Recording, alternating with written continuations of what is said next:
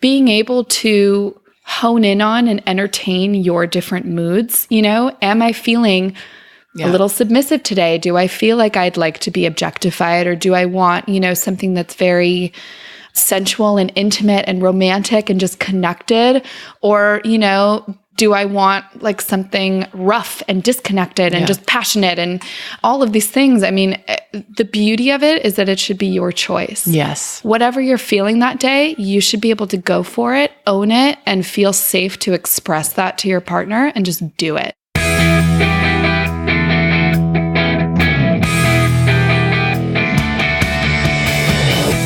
Hey guys, welcome back to the show. This is MILF Podcast, the show where we talk about motherhood, entrepreneurship, sexuality, and everything in between.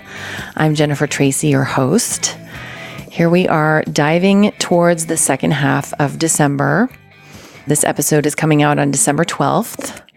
So happy 12 days of Christmas if you celebrate that this way. I know there's many different ways it comes about. I'm so excited to introduce today's guest.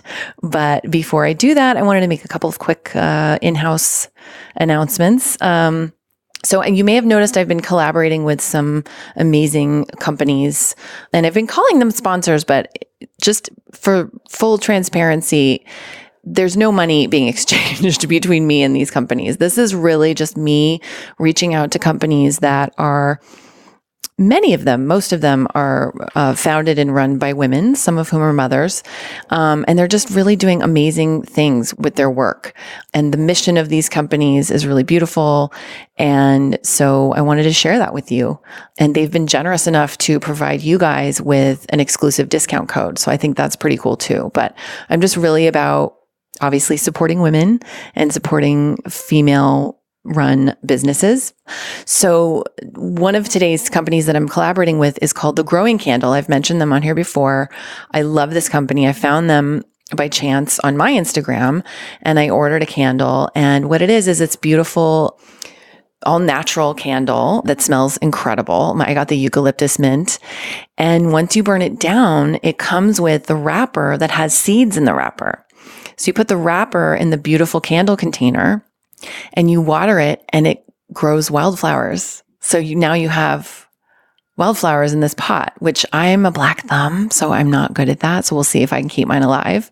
But for us exclusively, thank you, Growing Candle, we have a discount code of MILF10. And for them, you're going to go to thegrowingcandle.com and enter the discount code MILF10. So those are some fun things you can get. It is Christmas season. You might want to use that, or you might want to do something for yourself. So keep that in your back pocket. And I always announce the charity or organization that I'm highlighting for the month. And this month I've chosen Hope Scarves. Hope Scarves is an organization that was started by Laura McGregor. Laura came to me through the World Wide Web. She was a fan of the show, and she emailed me and she said, "Hey, I have a story that I want to tell and I want to share with your listeners. Can I come on the show? Can I partner with you?" And I watched this video about her. She is a breast cancer survivor. And then, again, she went into remission, and then recently again was diagnosed with cancer. And this time it is terminal. And she's a mom, and she's absolutely freaking incredible.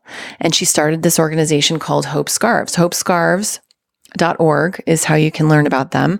And again, all of these will be in the show notes on milfpodcast.com. Anytime I mention anything on the show like this, you don't have to remember it. You could just go to the podcast website later when you have a mo and check it out. Everything will be clickable, and you can go and see that there.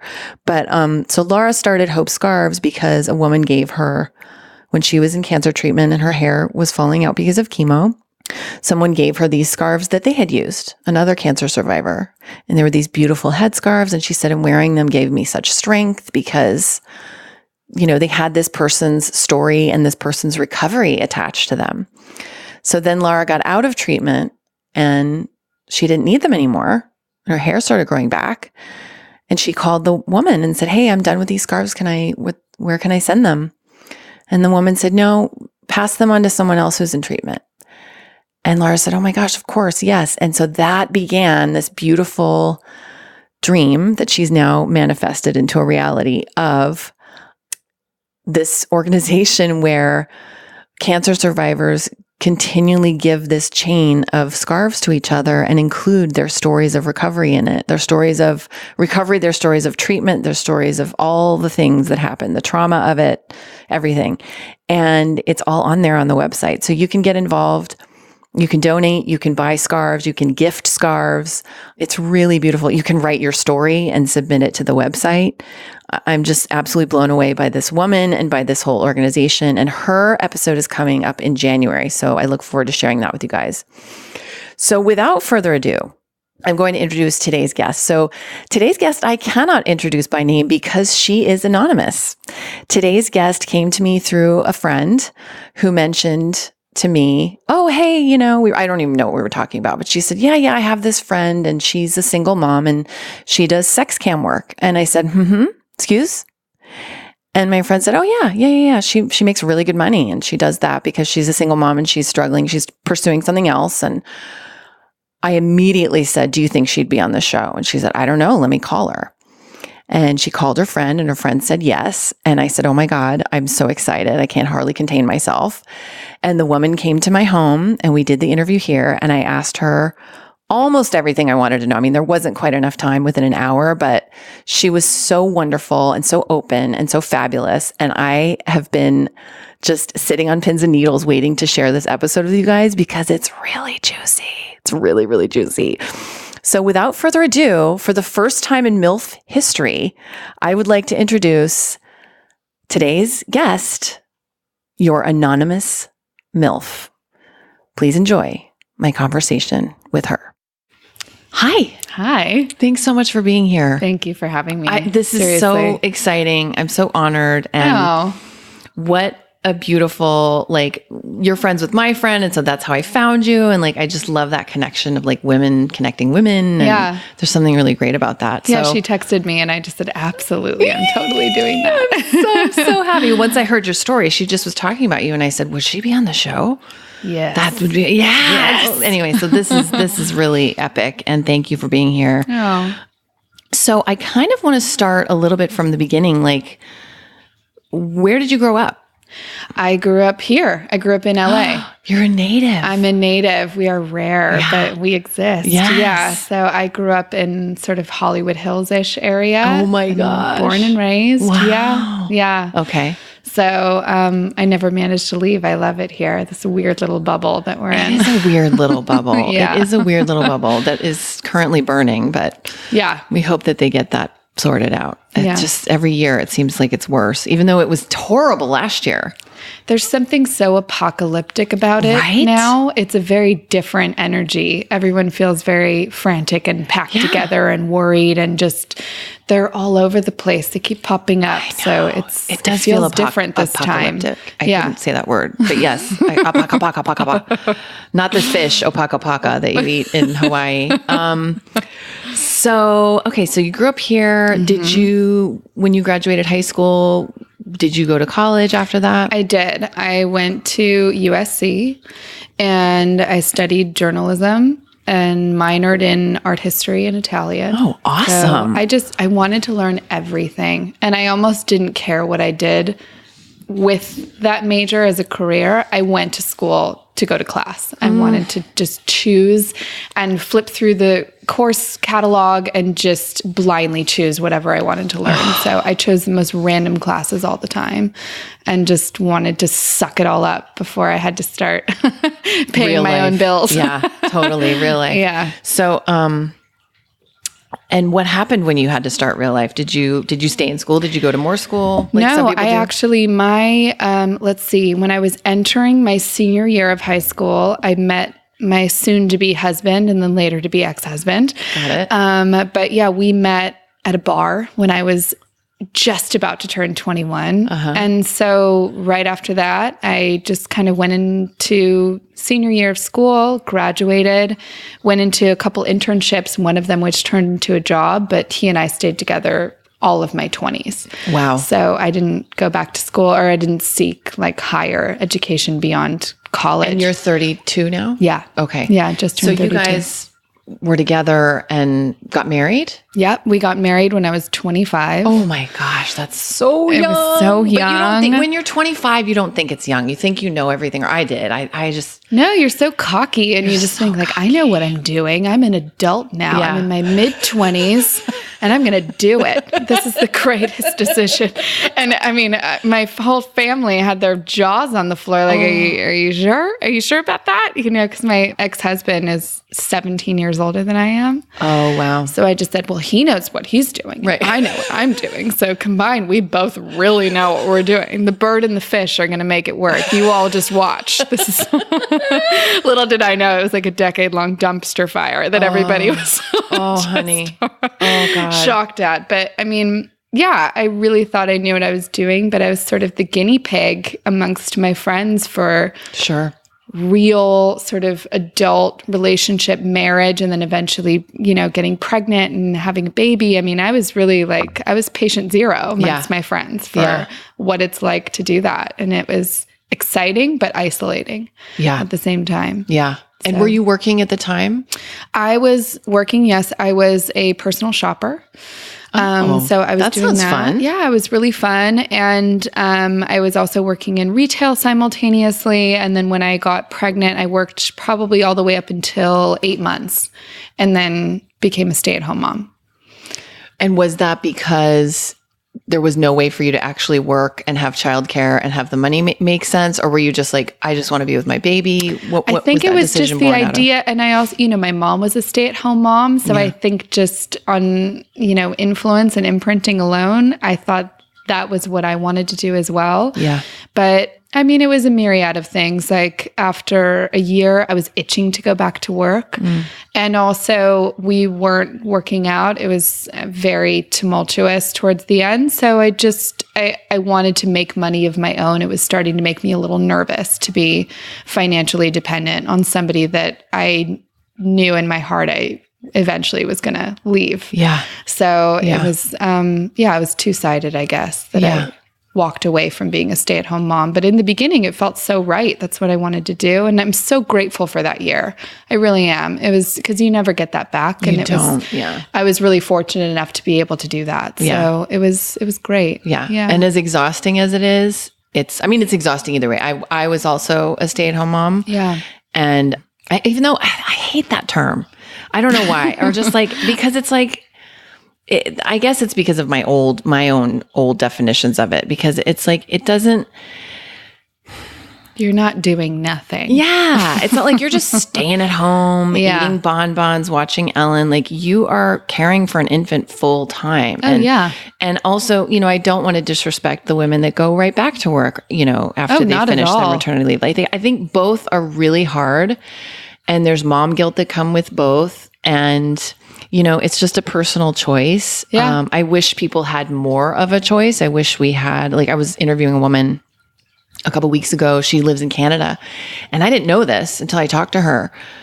Canada gives you 1 year. Canada, the country of Canada, the government pays you 1 year of maternity leave. Oh my God. 1 year. I was fortunate. I was fortunate enough where I was working that I had 6 months paid leave, and then I had an additional 2 months that were unpaid, but with job security. Oh, that's should I want to come back? So I took that 8 months, and then with, you know, the knowledge that I wasn't going to come back. Yeah. But, you know, and then the rest of the 4 months of that year, I was obviously, you know, paying our own way through it. But yeah, it's funny. You get that guilt externally and internally. You give yourself shit for staying at home because you feel comparatively that you're not doing enough. Yeah. Some people give you shit for it. You get it either way. It's true. It doesn't matter what you do. Somebody else is always going to say something, a snide comment, a passive aggressive comment. Yeah. If you decide to have one kid, why didn't you have another one? Yeah. You know, all of the things, people's opinions. It's so funny. And also conversely, you know, I have many friends who work and have nannies, or who don't even work and have nannies. And it's like, oh, you have a nanny. And it's like, fuck yeah, she has a nanny, bitch. You wish you had a nanny. I'd kill to have a nanny. Like I'd sell an organ on the black market to have a nanny. Gimme. You know, can we share? Yeah. It's just so funny. Like instead of elevating each other sometimes, I mean, not always. Oh, I'm so sorry, listeners. like, I knew the gardeners were going to be here. Someone at this is time. at the door. Yeah, And you all got to know about it.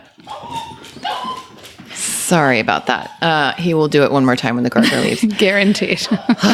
So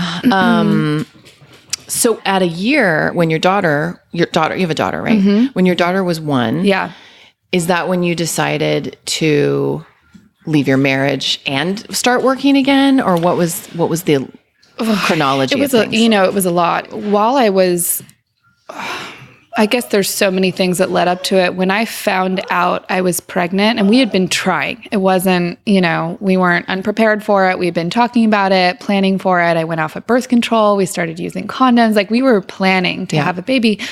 So when I found out I was pregnant, his reaction to it, I think the reality it hit him when I sort of burst out of the bathroom door, like really excitedly with a positive test.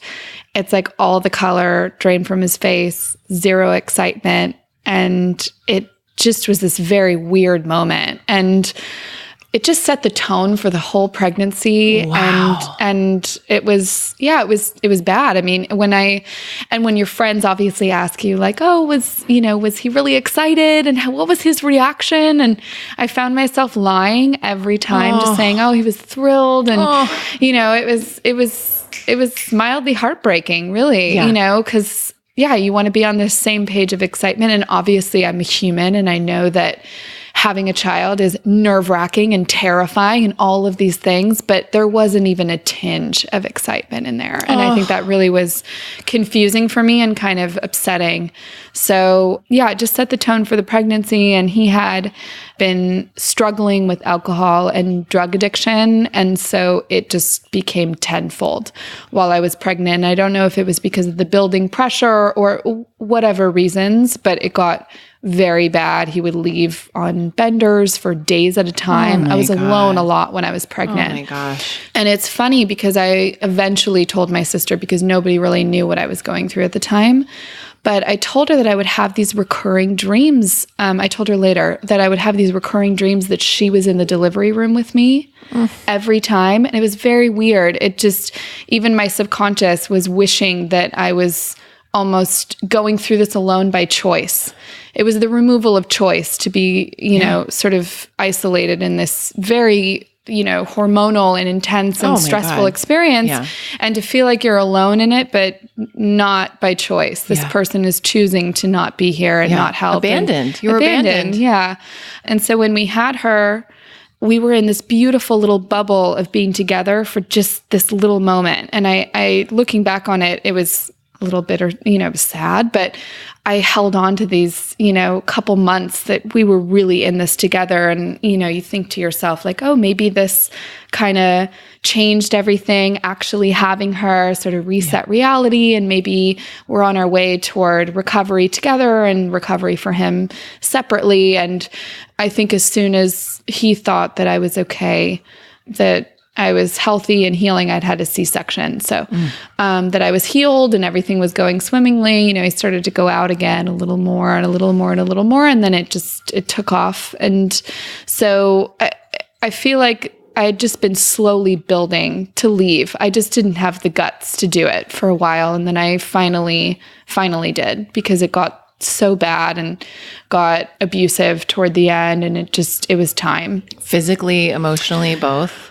Emotionally and verbally for a very long time, which is confusing when you've been with someone for that long, when you've met somebody when you're just a child, really. I mean, looking back on it, when you're 21, you're a kid, and you think you know everything, but you're still forming yourself. Yeah. And so to form yourself alongside somebody that's simultaneously hurting you and then healing you is very disorienting, very dizzying. And, he was the person that would pick me up after he just slammed me on the ground, and it's a very sort of toxic and codependent sphere that you spend way too much time in. Yeah.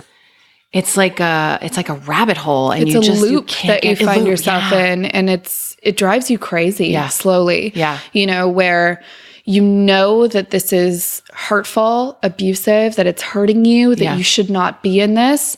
But then at the same time, they're loving you abundantly the next day, apologizing, making it up to you, making promises and all of these things. And so you're just kind of training yourself to keep believing it, keep staying hopeful, that little bit that, maybe we can work on this. And, oh, he really didn't mean it. When you start making excuses for someone, you almost become their PR person. Yeah. You start saying like, oh, he was in a bad mood that day, or, I went a little too far and, I pushed him to say those things or to do those things. Yeah. And it was my daughter, I think, that really got me out of it. And there was one day where he was screaming at me. I mean, in my, like inches away from my face, spitting on me, screaming at me. Was he drunk or just in a rage? Just in a rage. I think it was more of like, he was sort of jonesing to go out and use, and I could see it. It was like a pattern most of the time because I knew him so well. And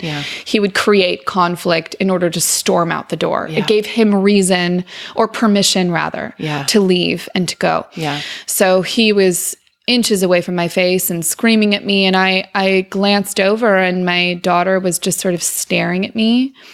And I think that it was just this total sort of aha, come to Jesus moment where I just thought to myself, I was like, I'm being humiliated in front of my own child. And also, if she were to ever come to me and say that somebody was treating her that way, who am I to say you should leave him? Look who I'm standing next to, And so that she was the one, honestly, that she made me leave. How old was she at that point? She was almost had just turned a year old. Wow. And so again, I was a stay-at-home mom, so I didn't have any money of my own. He controlled all the finances. We weren't even joint bank account. He controlled everything. So I had to do everything very quietly and very discreetly. I started a private GoFundMe and just texted it to all my friends and told them to send it to their family. So that you could get out of the marriage. I raised money for a retainer, for a lawyer privately. Wow. And so, and I'm very grateful for my friends and my family to help me do that. And then I finally did. And again, simultaneously, I was reaching out to find jobs and to do things. And I had a few amazing, amazing friends that just really went above and beyond to make that happen for me. So, wow, girl. I mean, it's so amazing. I don't know if you know any of my story, but I went through a divorce and fortunately my ex-husband and I, and we've been divorced just over a year now, but we've separated for 3. We were together for 14 and he and I are actually both sober. Oh, great. A long time. And I'm so grateful that even though, divorce is never fun, like it was yucky and the mediation was yucky, but it was as amicable as I could hope for it to be. And we're still really great friends and great co-parents and everything. But for me, like it took me years to decide to leave and to also know that I would be okay financially, you know? And there are many days that I still don't because... Oh, I completely understand that. It's terrifying. And as a woman, we earn... 80 cents to the comparative dollar, like all the things. And it's just not set up for us to be mothers and independent workers. Single working mothers. It's just, it's not set up for us that way. So what kind of work did you get at the time? I got work as an executive assistant just for a friend's mom that I started doing. And I was making decent money and I had health insurance, and she worked with me on my hours so that I could do daycare or preschool drop-offs and pickups without it interfering with, my work and my life. And I was really grateful for that. And obviously, having grown up in Los Angeles, I moved back in with my parents, which was a godsend. As someone with no money and a kid, it was like free childcare. And my dad was sick at the time. So it was almost a mutual leaning between me and my mom, where I helped my mom in caring for my dad and she helped me in caring for my kids. So it was kind of beautiful in that way to come back to that house where I could give back to them, but they obviously took care of me as they always did. So it was nice. And it's amazing when you come out of a marriage like that. I was 29 and I had almost zero clue that anybody would ever want to date me ever again. I felt so undesirable and hopeless. I felt like damaged goods. I had a kid, you know, and suddenly you're competing with this pool in Los Angeles of just, I mean, these people that are seemingly perfect from the outside. And here I am. I'm like, I'm a fucking mess. Like, who's going to go for this? Yeah. Well, you know this now, but they're a fucking mess too. Like every single one of them is a fucking mess. Believe me, I know that. You know, but yeah, I know that feeling in the moment. It's like, I'm washed up. Yeah. I'm all washed up. Yeah. Who's going to want this? Yeah. So luckily that I snapped out of that. But, you know, I was in the supermarket and my daughter was in the shopping cart. And this guy who was really handsome, he hit on me at the supermarket. And I had like, it was like me talk pretty one day. I had no idea what to say to him. I had no idea. Like, I just had this blank stare. I couldn't understand why he was talking to me. So he kind of backed away slowly, went back from whence he came. But I was just, had zero clue. Yeah. I was like, you know, and with the dating apps and everything, they were invented while I was married. So I felt like somebody that got out of prison when the internet was invented. I was just like, what the fuck are these? Like, I get to window shop for humans? This is amazing. It's so weird. It's the weirdest thing. It's so crazy. Yeah. So did you go on a date with that gentleman? No, I didn't. I literally just still stared at him. I had no idea. No clue. Yeah. None. Yeah. But then I went on this dating rampage and yeah, that was fun. But it was a nice sort of personal exercise just to remind me like, you're fine. Yeah. You're okay. You got this, girl. Yeah. You are still a desirable, viable human being that people find to be interesting and compelling, not hopeless and virile. And like just there was a big yes that came back to me where, you know, it just gave me hope and made me feel like I could do this. Yeah. So, okay. So you're executive assisting. Mm-hmm. And how long did that last? That lasted like a year and a half. And that job was just sort of running its course for me. And so I reached out to another friend of mine who had mentioned that the place she worked for was looking for an executive assistant. So I went over there, which was wonderful. And I loved it. But there was always part of me, for a long time, I'd always wanted to get my real estate license. And I hadn't had the time. I didn't have the luxury of time to just study and just stop working and go for it. Yeah. And I felt like when I left there, it was time. I had been kind of quietly studying every weekend and going for it. And I finally passed my real estate license exam and I signed on with a team. And so I now have my real estate license. But in the meantime, while I'm kind of building that into being a substantial business, I have to kind of get creative and find other means of making money. Okay, so let's dive into that. which was a reason, if not the reason, that I wanted you to be on the show. Yeah. So can you say what this work is? I can't. What do you call it? I mean, I guess I would call it camming. Camming, okay. Yes, but it's a lot of other things tied with that. Okay. And how it started was actually really interesting too. Let's go back.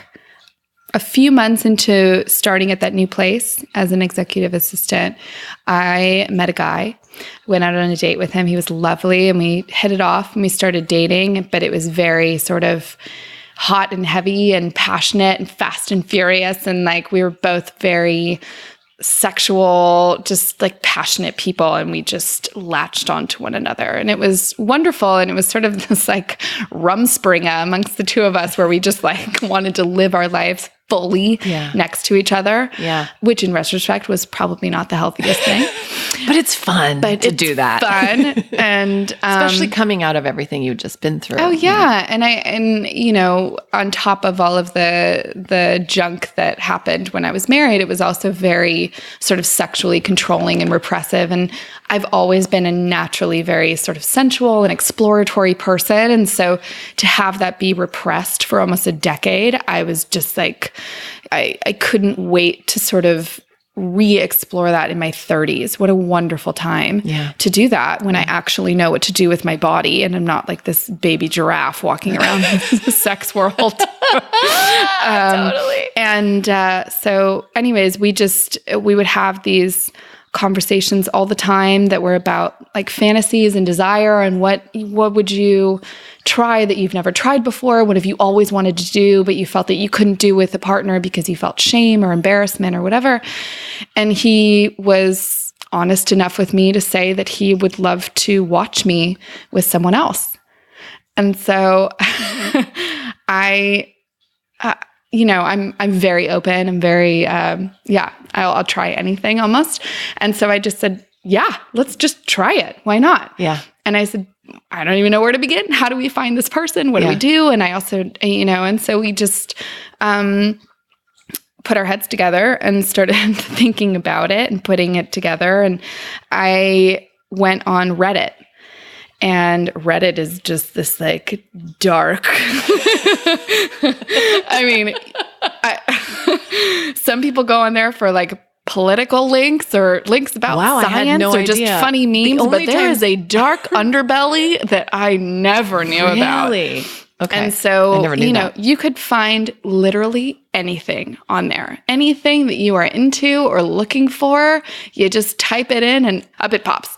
And so we went on there and it was all faceless. It was anonymous. And I basically put out like a little ad looking for somebody to join us for the night. And I listed, it was like I was writing down a recipe. I listed down my physical specifications and you must be this tall to ride and this kind of thing. And it was really fun. And we ended up finding somebody and it was really fun. And I think the problem there though was that it should have just been maybe a one-off experience or something that maybe happened once a year or once every 6 months.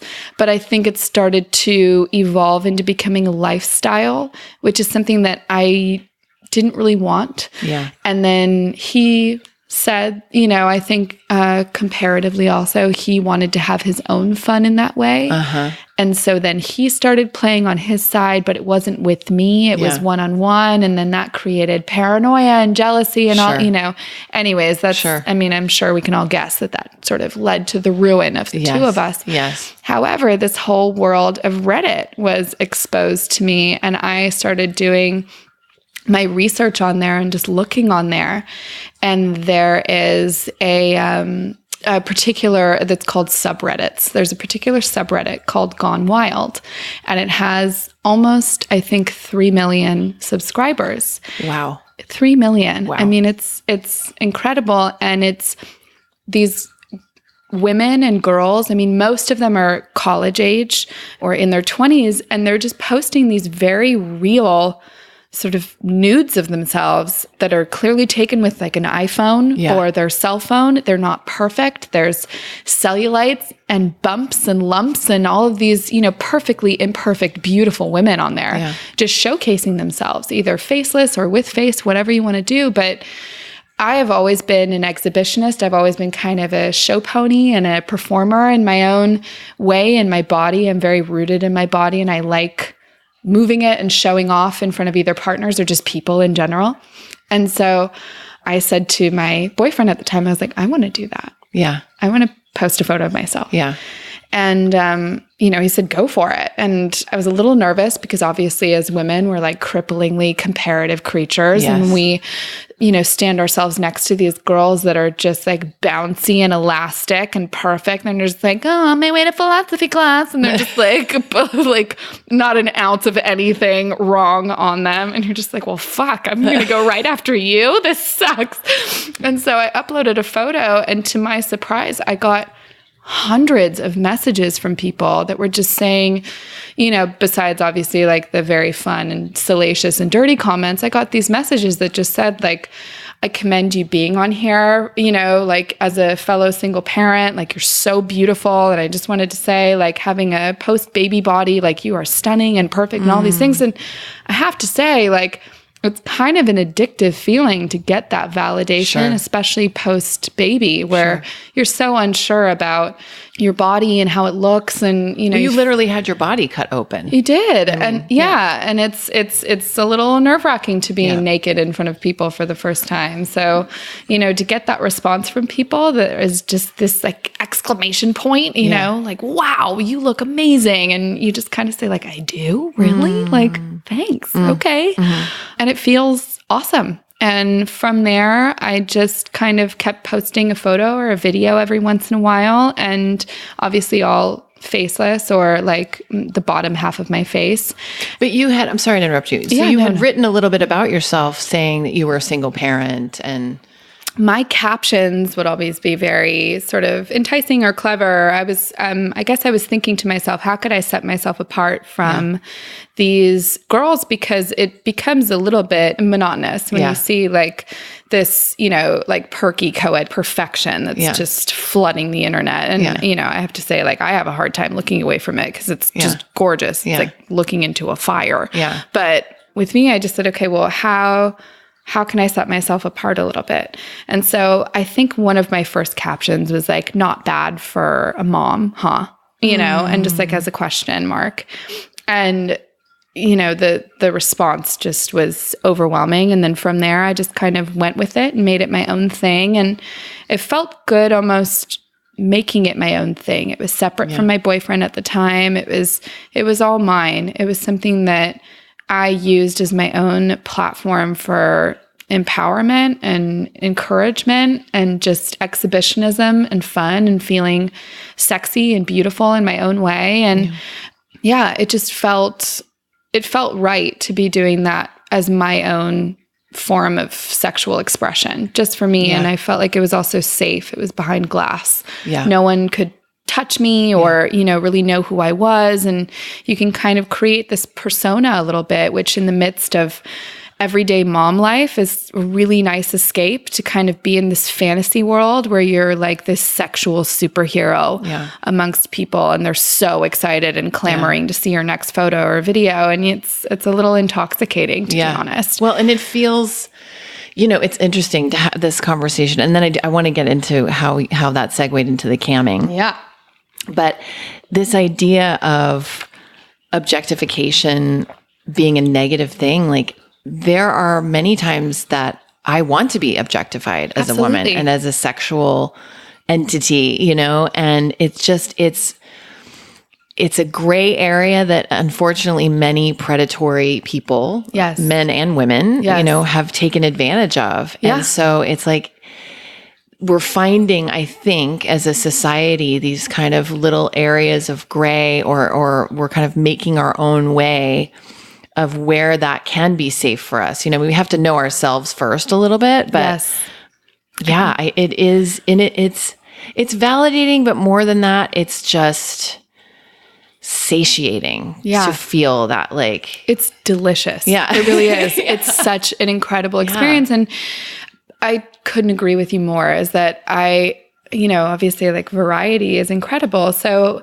being able to hone in on and entertain your different moods, am I feeling a little submissive today? Do I feel like I'd like to be objectified, or do I want, something that's very sensual and intimate and romantic and just connected?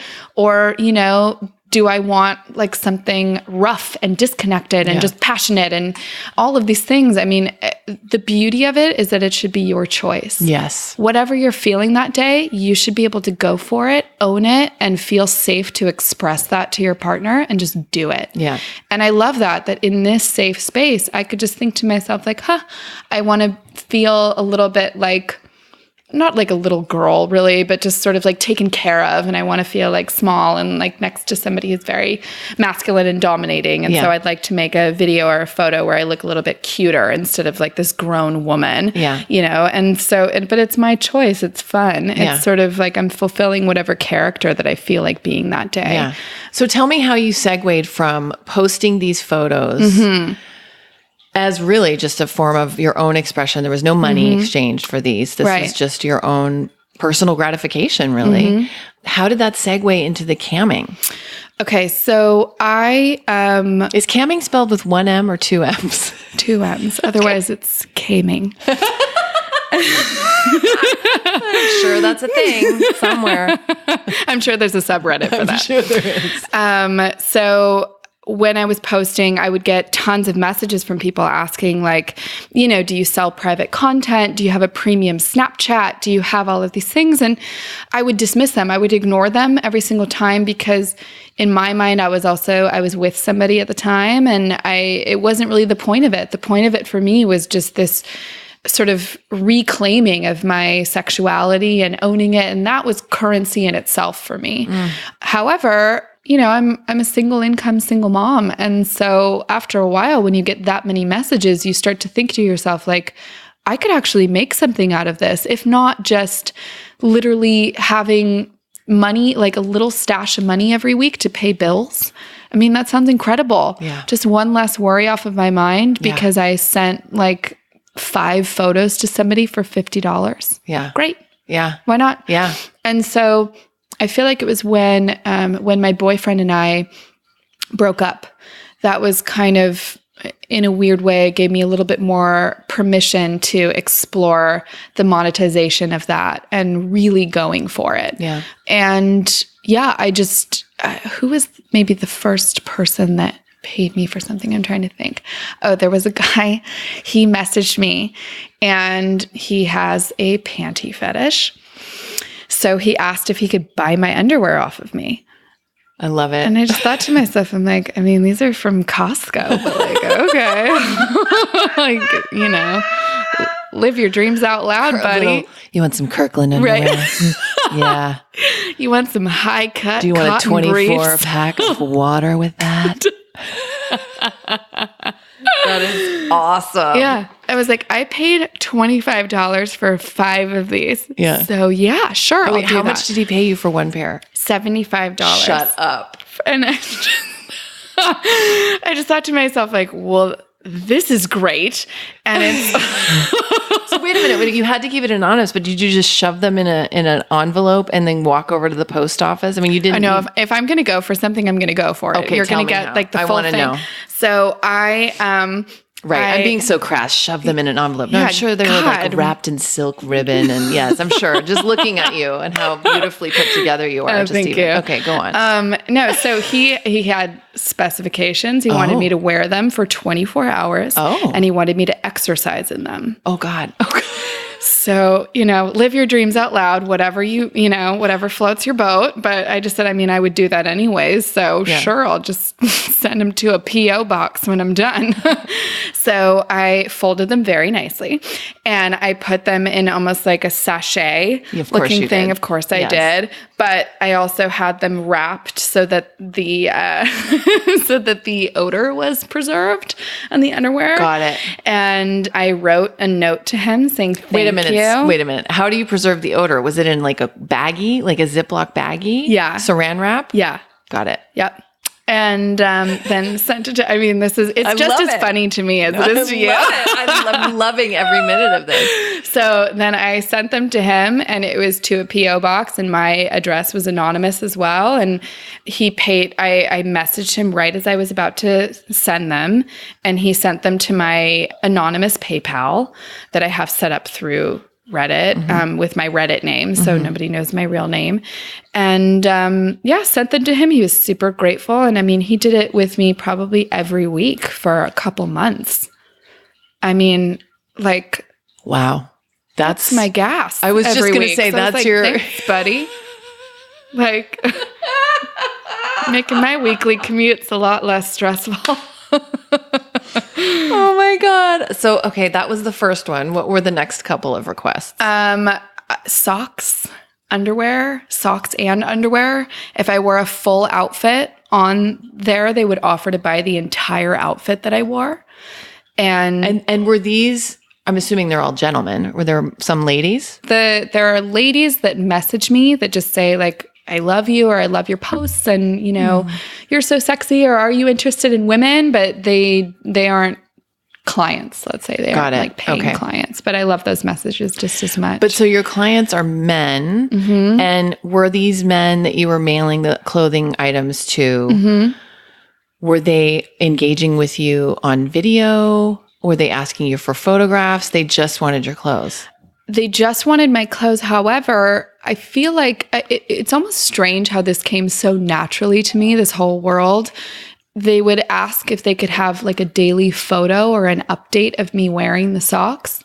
And I would immediately just reply like, I'm going to charge you extra for that. Yeah. And most of them said, okay.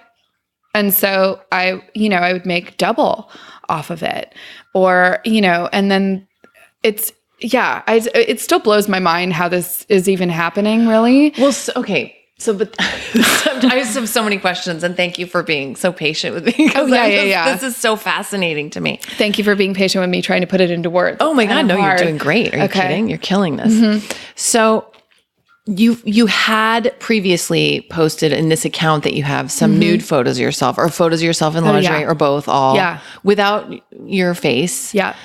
So that was like the sexual arousal part that led them to whatever their fetishes are. Yes. Were there at that time. Because how long have you been doing this now? I've been doing it for almost a year. Okay. Were there requests, and are there requests for videos, or is there a thing where it's like Skype where the person's live on the other end? Yeah, there's multiple requests. There's people that ask for live Skype sessions or Snapchat. Do you do that? I've done it a couple of times. I didn't really enjoy it though, so I kind of say no to it now. What didn't you enjoy about it? Did it feel too personal? That I don't mind really. It's more of something I'm not saying that my socks and underwear turn me on. That sect of it is sort of harmless for me to send to people. Yeah. I'm not worse for wear. There's no real time consumption that's coming out of that. I'm not exposing anything really personal of myself to them. I'm literally just sending them my clothing. It's like sexual eBay. Yeah. I mean, that's just what it equates to in my mind. If there's a part of me that hesitates, that I might not want to do it, or it doesn't turn me on, or I'm a little worried about it, I usually say no, even if they offer me money. And I think there is a lot more money in live Skype sessions. So I usually will make custom videos for somebody where I make them on my own time. They're not live. They sort of give me their little requirements of what they'd love to see or what really turns them on. And then I make it for them and send it to them. I see. All through the platform. So it's all safe. Yes. And there's something about, for me at least, with the live Skype sessions. And, there are women that make a full-time living out of camming. This is a part-time thing for me. So it's also time management. And, I'm doing school pickups and school drop-offs and all these things. Like, I don't have time to just sort of do these back and forth videos. And when do you do this during the day? Do you do during the day when your daughter's at school? During the day or at night when After she's asleep. Yeah. It's literally whenever she's not in the house. Of course. Yeah. Or not awake. And I find that live people start requesting more and more and more and ask for more and more and more. And in the moment, it's a little awkward to demand more or ask for more because you're in this momentum. Vulnerable. Or if you're vulnerable, and it's just not for me. So I do more of like custom content where somebody will say, I'd really love it if you dressed up in black lingerie and like stripped. Or I'd really love it if you were dressed the whole time and just talking to me. And, people want different things all the time. But what I've also made a decent amount of money off of is phone sex, is literally just audio. And I myself love audio. I love sound. Sound is really important to me, especially in the sexual sphere. It's so intimate. It is so intimate. And there's also something about video that I'm most likely not going to get off if I'm live video chatting with you. I'm really distracted. I feel like I need to perform. Does my body look okay? Are you turned on? Oh, wait, I can't show I'm trying not to show my face. And it's, if I were this girl that just, it's all out there, you could see my face and this and that, I'd probably be fine. I'd just prop the phone up and do whatever I want. But I'm very aware of my movements and not getting caught in the frame where you see who I am and all of these things. So it's not fun for me. Yeah. And I'm not going to do it just because there's money being waved in front of my face. I feel like I wouldn't feel good about myself walking away from something I did that I didn't like.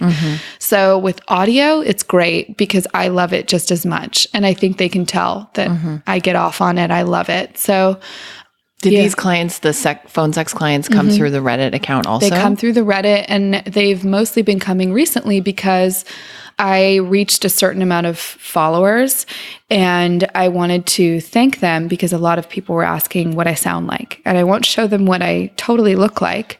So I figured I'll give you my voice. Yeah. So I recorded a video sort of saying thank you and just giving them what you're hearing right now. And I got so many messages from people that just said, like, I'm dying for you to, say dirtier things to me personally, and, for me to masturbate while you talk to me or whatever. And I love doing that just as much. So let's do it. And so how do you do that with, like, you can't use your phone, obviously. Do you do it through Reddit? I will do it mainly through Snapchat because you can call people on Snapchat. Oh. So I have a premium Snapchat that's under the same username, that it's all under the same username everywhere. So I have that through there, and you just sort of click on the phone call. I see. And you can have a phone call, and it's completely, anonymous. You don't know my name. You don't know my phone number. Yeah. And Skype, I've moved away from that. I think in the very beginning, I was a little naive and just thought, when you talk to somebody and you don't totally want them to know your number, you go through Skype. And it's like, there's so much of your information is a little too open on Skype, and it worried me. And so I moved away from that, went into Snapchat. Yeah. Wow. So how often do you, I'm just so, it's fascinating. It's really interesting. And it's something that, I'm so grateful you came on to the show. And thanks. I just think we all need to talk about this so much more because, I talk about it quite a bit here on the show and in life. And, I'm writing a novel that is about a mom who becomes a dominatrix. Oh. And so, And so I've been doing, obviously for years, I've been doing research on it. And I just recently started doing personal research on it. Yeah. And that's fantastic. It's so fascinating. Yeah. And what you learn about yourself and what you learn about, or what I've learned about even me, I'm very open. I mean, I was a professional burlesque dancer, belly dancer. I'm a pole dancer. Girl. And my preconceived notions of sexuality and sensuality and limits, and I don't have those. Fascinating. I don't have limits. Now let's talk about that. Do you have limits? I mean, you just talked about some of them that you do. It's just for me personally. Like I don't enjoy. I'll be submissive in the right hands. If I feel like I'm, if I feel trust and respect and, that it's really just play, I'm fine with being submissive, but I don't want to be degraded or submissive with somebody that on some level thinks that I deserve to be treated that way. Yeah. And a lot of men just on little levels really think that, they own you a little bit, that they can control that part of you and, limit what you wear or how, my ex-husband used to control like what I went out in, that I couldn't wear certain things when I wasn't with him. If I went out with girlfriends, I had to dress a little more conservatively. And, and I'd never been that way. And in a way, I almost attribute it to my mom, but mostly my dad. I would dress however I wanted growing up and in college. And my dad never for a second ever said, like, go cover up, put this on. He always just said, you look fantastic. Like, if I felt good about myself, I didn't have shame in that world. I felt like, and he always... he was flirtatious with people in front of me. I would watch movies and, that were like pretty sexual or sensual and, movies with drag queens and all these things with my dad. And my dad loved all of it. That's like so you could great. just, it sounds strange saying that like I loved that my dad was a sexual person, but it was... he modeled it was healthy a very freeing, sexuality for you. It was a very freeing way to just live, to be among somebody that... there was nothing wrong with it. They're just bodies, and like pleasure and excitement, and dressing sexy is fun, and it doesn't indicate anything negative about you. And I moved into my sexual exploration with that in mind. And on top of that, I read Anais Nin and Bukowski and Henry Miller and John Fonte and all of these beautifully kind of dirty, salacious writers. So I always had just this big mind when it came to sex and fantasy and exploration and all of these things. And there was zero shame until I got into the relation, my marriage. And so coming out of that, there were so many parts of it that I just wanted to break free from and rediscover myself and kind of ask myself the question in my 30s, what turns you on? What do you like? Because I lived an entire decade worrying about how to please somebody else and what turns them on and sort of taking a back seat to my own exploration. And now being in my 30s, I can finally answer those questions. What turns me on? What excites me? And I want to pursue those things, and I'm not going to close the door on things like that. And I'm finally going to go for it. So it feels good. Limits though, I'm not totally into degradation. And I think that's become really refreshing for me.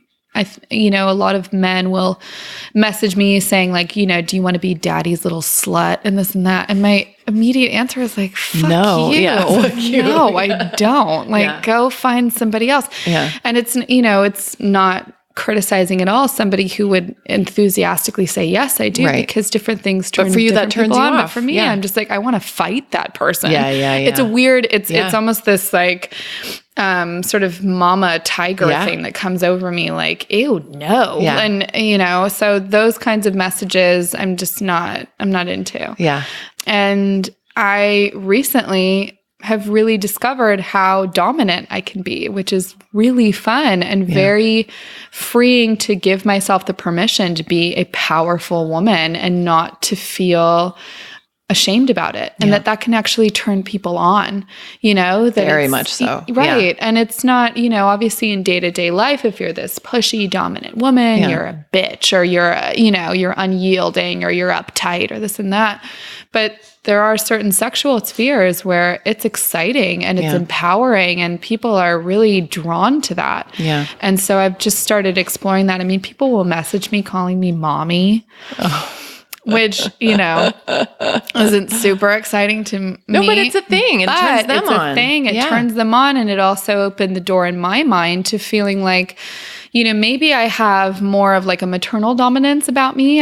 It's a little bit more of like a quiet power instead of, like a whip and this and that. Like I have a power over people, but it's a little bit more nurturing, a little more quiet. Yeah. And I've worked that into what I do, which is really fun. And I've played with a lot of people that, speaking of you exploring dominatrix life is financial domination, which has been really interesting. Yeah. And also men that wear chastity belts.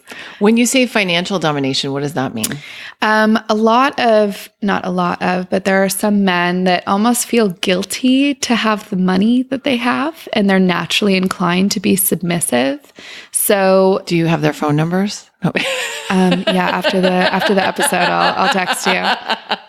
So no, it's really interesting. And it's this sort of underlying feeling that they feel guilty for having this money, but they also really like to be dominated.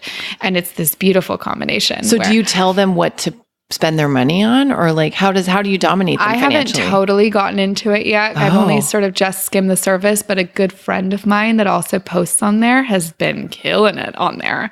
I mean, she will message them and basically say like, I'm bored, send me money. That's it. And they'll just say like, yes, mistress. And send her, whatever amount. God. Or she'll just send them a link to like a lingerie set and say, I really want this and you're going to buy this for me. And these are men that have never met her, don't know what she looks like. Well, I mean, they know what like her lips down look like. Yeah. But yeah. So financial domination. Mine is more, I went to school for journalism. So obviously I love words. I think they're so delicious and so powerful. Yeah. And so I have a way with them if I want to. And some men will message me just saying, that they're wearing a chastity belt, that they have been wearing it for days and they haven't been able to pleasure themselves, and that, they think I'm the perfect person to finally let them release. And I take advantage of that, and I'll message them back and I say, like, you don't deserve to release yet. And I said, I won't have my time wasted unless you pay me. And immediately they just go like, yes, ma'am. And then there's a ping in your phone and it's your PayPal account. Yeah. I mean, it's incredible. Yeah. And it's fun and it's playful. And honestly, they love it. Yeah. So, I don't think I could also ever do it if I knew that I was really hurting somebody. I was just making them feel bad. It's not hurting anybody. It's, it's just people having fun and exploring themselves. It's playful, just as much as I would do that for somebody that I'm dating. If I figured out that that's something that really turned them on, just as much as I would want them to place importance on my turn-ons and my desires. Yeah. Of course I'll do that for you. Yeah. There's no place for judgment in the bedroom, in my opinion. Yeah. And that's when people start hiding things and feeling shame, or, they don't want to show that part of themselves to you, and they start feeling disgusted in themselves. Yeah. I don't ever want anyone to feel that way. Yeah. And a lot of these people get personal with me too. They'll tell me that, they've tried to play that way with their wives or their partners, and they're disgusted with them and they don't want to do that, or they haven't had sex with them in over a year. And they're revealing very personal, very dark parts of themselves that they're ashamed of. Yeah. And so I get a lot of pleasure and joy out of knowing that I've given them a little bit of time in their day to let them know, like, it's fine. Yeah. And it's also fun. And if you want to explore it, I'm here for you to do that. Yeah. For a fee. Yeah. But, life is short, man. Life is short. Yeah. So I love getting to know people. So that's probably been the best part of it, is the human aspect of it. Is what makes people tick. I mean, I've asked almost everyone that buys socks and underwear from me, what was the origin story for this? What turned you on? Why? What did that for you? Give me one origin story. There was one guy that said my older sister would have friends over all the time, and they would take their shoes and socks off when they got in the door, and I would find myself smelling them. Wow. And that they would all have individual scents. And he said, and for whatever reason, there was something very animal about it. And he said, and it's almost like a smell that they didn't want you to smell because people consider it to be embarrassing. It's not like, you're putting perfume on, it's your socks. And so he felt like it was this very honest moment where he got to really smell this person. And I just said that makes so much sense. I mean, it's not, it's not my thing, but I get it. Innocent and sweet. And I could just picture this little boy just figuring out that he has, these sexual urges or whatever. It's really, it's. Exactly. And now he buys my pedicures. So. Good for him. Good for him. Good for him. Yeah. You're amazing. Oh, I'm so honored to know you. Thank you so much for having really, me. Truly. And so we've come to the time when I'm going to ask you 3 questions I ask every guest. Okay. And then a little lightning round of questions. Okay. What do you think about when you hear the word love? My family. If you could live anywhere in the world other than where you're living now, where would you live? Seattle. Oh, yeah. Yeah. How do you define serenity? Just having room to be myself every day, whatever that means. I think you found it. I think so. I really do. Okay, lightning round of questions. Okay. Fireside or oceanside? Oceanside. Favorite junk food? Twizzlers. Do you like theme parks? Yes. What's your favorite one? Six Flags, bitch. Oh, yeah. I like those Six Flags, bitch. I love it. I love that. My son says biatch. Oh. He's like, come on, biatch. And I'm like, okay. It's kind of cool, though. So funny. Daytime sex or nighttime sex? Oof. Nighttime or early morning. Yes. I feel that. Which is basically the same thing. Shower or bathtub? Shower. On a scale of 1 to 10, how good are you at making lasagna? 2. What's your biggest pet peeve? Chewing with one's mouth open, audible chewing. Yeah. No, thank you. Superpower choice, invisibility, ability to fly, or super strength? Ability to fly. Would you rather have a cat tail or cat ears? Cat tail. What was the name of your first pet? It was Max. What was the name of the street you grew up on? Amesbury. Oh, so your porn name, is Max Amesbury. Oh, wow. Not that you need a porn name because you already have a name somewhere. Yeah, if you would like it. Let me know. Thank you so much for being on the show. Thanks for You're having amazing. me. Thanks so much for listening, guys. I really hope you enjoyed my conversation with my first Anonymous MILF on the show. I know I did.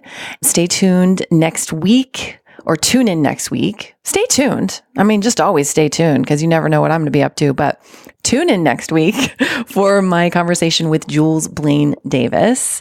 Jules has actually been on the show before. Jules is a kitchen healer and just a badass. And I just love her so much. And her story is incredible. And it's deepened. She's been through a lot in the last year since she was on the show. And so we decided hey, let's share this. She's a warrior. So tune in for that. And remember to go to The Growing Candle with the discount code MILF10 for 10% discount. I'll talk to you guys next week. I love you. Keep going.